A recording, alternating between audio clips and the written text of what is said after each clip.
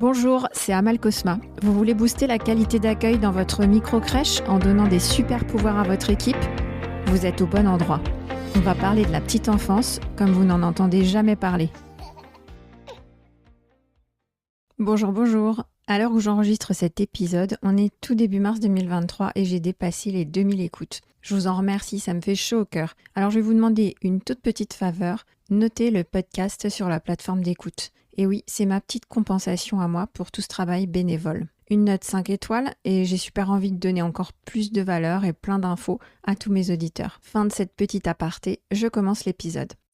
Le travail du salarié doit être suivi tout au long de sa présence dans l'entreprise. Dans l'épisode 13, j'ai recruté mon salarié. Dans le 14, je l'ai accueilli et dans le 15, je l'ai intégré jusqu'à la fin de sa période d'essai. Moi, ce que j'espère, c'est vivre une belle aventure avec lui. Et lui, qu'est-ce qu'il espère de son côté? Je pense qu'il espère la même chose, un travail intéressant, du feedback, pouvoir s'améliorer dans son travail, évoluer, et peut-être des perspectives sur le long terme. Mais ne brûlons pas les étapes. Ce qui compte pour l'instant, c'est qu'il sache que je suis là pour lui et qu'on va travailler ensemble. En signant son contrat, le salarié s'est engagé.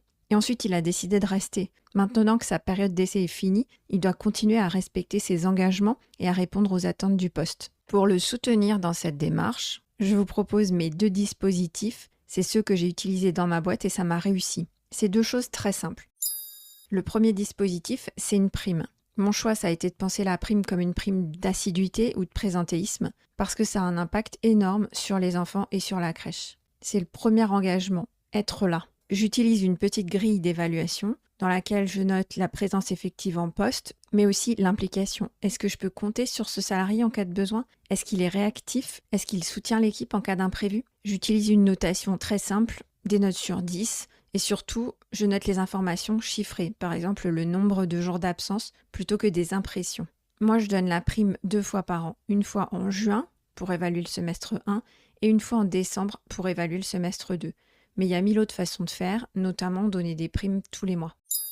Ensuite, le plus gros morceau, l'entretien annuel. C'est un dispositif qui est obligatoire tous les 2 ans, mais moi j'aime bien faire un entretien annuel une fois par an. Cet entretien sert à évaluer le travail du salarié par rapport aux attentes du poste. On fait le point sur les tâches et missions du salarié, qu'est-ce qui est à améliorer, quels sont les besoins du salarié pour réussir à s'améliorer sur ces points. Le but, c'est de donner des axes de travail au salarié et de le soutenir dans sa démarche de travail, soit en mettant en place une formation ou soit en mettant en place un dispositif de travail planifié avec son manager. Le rôle de l'évaluateur, c'est d'apprécier le travail de son salarié. Il doit connaître les tâches et missions de chaque salarié, s'assurer de la compréhension par le salarié de ses missions et des objectifs qu'on lui a fixés. C'est de fixer les bons objectifs, ceux qui vont permettre au salarié de s'améliorer sur ses points faibles. Attention, ça doit être des objectifs réalisables et réalistes.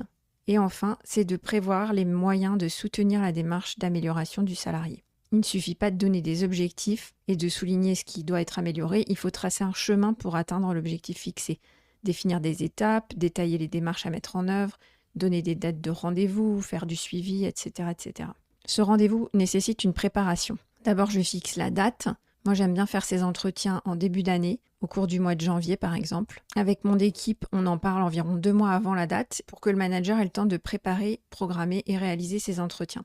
Il commence par fixer les rendez-vous pour chaque professionnel de son équipe. Il imprime et fournit la grille d'évaluation à chaque personne, au moins une semaine avant le rendez-vous, et lui demande de s'auto-évaluer. Ça permet de réfléchir à son travail. C'est une étape hyper efficace pour améliorer son travail. Si on ne demande pas à la personne de s'auto-évaluer, on perd 50% de l'intérêt de cet entretien. Ensuite, l'évaluateur remplit la grille pour chaque salarié, prépare son rendez-vous, anticipe la rencontre pour pouvoir mieux guider l'entretien. Il prévoit ce qu'il va dire, qu'est-ce que je veux dire et dans quel ordre. Et surtout, appuyez-vous sur des faits. Ça permet de mieux passer le message. Donc repensez vraiment à la personne, à son année, à ce qui s'est passé et utilisez des faits pour illustrer vos propos.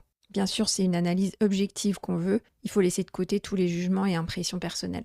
Une fois que vous avez fait tout ça, prenez l'avis de votre supérieur hiérarchique. Faites un point avec le gérant par exemple. Lui aussi, il connaît très bien son équipe. De plus loin, il a plus de recul et son avis va vous permettre de valider votre préparation. C'est un échange constructif. Maintenant, vous êtes prêts. Comment va se dérouler l'entretien? Pensez à une bonne introduction, simple et rapide, pour démarrer l'entretien. Une petite phrase de convivialité, briser la glace, présenter les outils qu'on va utiliser au cours de l'entretien, donc la grille, et replacer l'entretien dans une démarche Par exemple, on peut dire tout simplement, comme vous le savez, nous évaluons le travail de chaque salarié tous les ans. Ensuite, je précise l'objectif de l'entretien. On va faire le point sur votre travail et on va fixer ensemble des objectifs. Et je rappelle les règles du jeu. C'est un entretien libre, vous pouvez refuser les objectifs si vous ne pouvez pas les atteindre. Ensuite, on parcourt ensemble la grille d'évaluation. C'est la même que dans sa fiche de poste. Il connaît toutes les tâches et en plus, il a eu le temps d'y réfléchir. Je ne développe que les points les plus significatifs, sinon j'en ai pour 3 heures de rendez-vous. C'est les points sur lesquels j'ai envie que le salarié puisse se concentrer cette année. Et je résume mon évaluation globale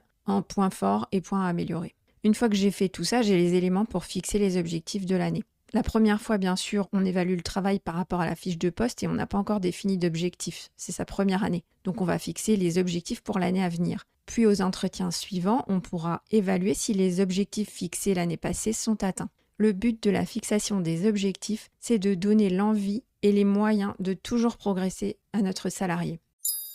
Pour illustrer, voilà un exemple d'évaluation et de fixation d'objectifs. J'évalue Pauline, elle doit s'améliorer dans sa communication. Ses transmissions sont trop longues et trop subjectives. Les retours des parents montrent de l'incompréhension. Il y a trop d'attentes, ça crée de la tension. L'objectif, c'est améliorer ses transmissions. Mais comment faire ? Les moyens pour y arriver, c'est la mise en place d'un dispositif de travail planifié sur les transmissions. Premièrement, je fixe un entretien avec Pauline pour lui rappeler ce que sont les transmissions et mes attentes pour ces transmissions. Deuxièmement, je prévois de contrôler les transmissions écrites de Pauline tous les jours, pendant 1 mois par exemple, et je prends le temps de montrer à Pauline comment modifier ses phrases pour améliorer ses transmissions. Enfin, troisièmement, je prévois des observations. Je définis des dates lors desquelles je pourrai assister à son travail. Ensuite, je prévoirai un second entretien et ainsi de suite.